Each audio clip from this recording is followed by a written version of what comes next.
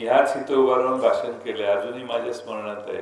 मी सांगितलेलं की वाटेगावला जयंत पाटलाने पाणी नाही आणलं तर माझं नाव जयंत पाटील नसेल, तुम्ही माझं नाव बदला.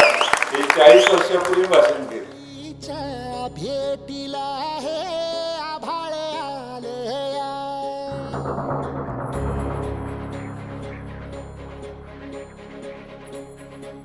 माझ्या आईवरती त्यांनी टीका केली. म्हणजे राजकारण एवढ्या खालच्या दर्जाला येऊ शकतं हे काम हेच मंडळी करू शकतात. ते म्हणाले की निवडून गेल्यापासून उमेदवार काही आम्हाला दिसलाच नाही. तर तुम्हा सर्व मंडळींना माहिती आहे की आमच्या कुटुंबावरती काळानं घाला केला.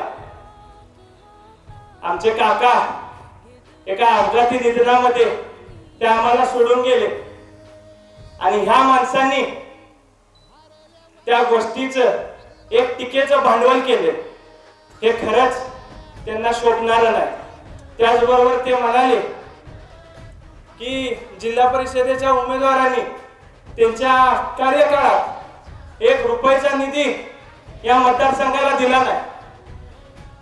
त्यांना माझं एवढंच म्हणणं असेल, आपण कधी जर गावाकडे जात असाल तर आमच्या रेट्र्यातनं गावाकडे जाताना जी उजव्या बाजूला एवढी मोठी जी शाळा दिसते ते 80 लाख रुपये खर्च करून या जिल्हा परिषद सदस्याच्या निधीतून केलेली आहे. अशी असंख्य काम आहेत की तुम्हाला सांगण्यासारखे आहेत. छळ केला पिढी जात तुझा ग उखडून वनराई. अपराध किती झाले पण आता शरण तुला. टीका करून या सभेतनं काय मतं मिळवावी, तुम्हा सगळ्यांना अपेक्षा असेल तर देवराज पाटील कुणावर टीका करणार, तर तसं काय मी काय कुणावर टीका करणार नाही. मी काय सूत्र कासेगावात हलवत नाही. जे काय करायचं इथं वाटेगावातच येऊन करतो.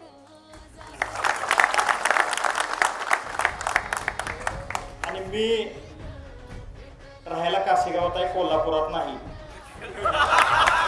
त्यामुळं तुम्ही सगळ्यांनी त्या बाबतीत निश्चित राहावं. बिबट्या या गावात कधी आला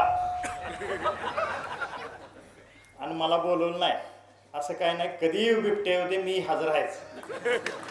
पण तुम्ही या सगळ्यांनी या गावामध्ये मागच्या 4-5 महिन्यामध्ये अनेक नेत्यांचा खेळ बघितलाय.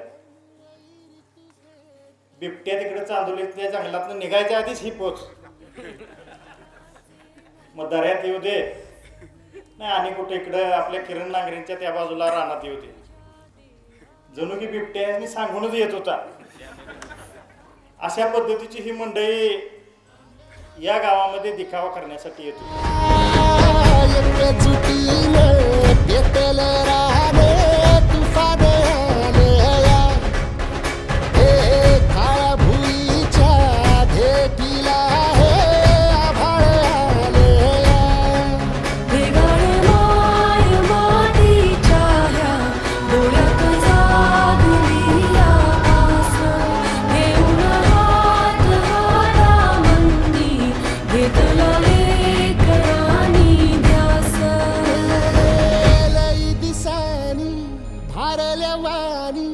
शिवार झालं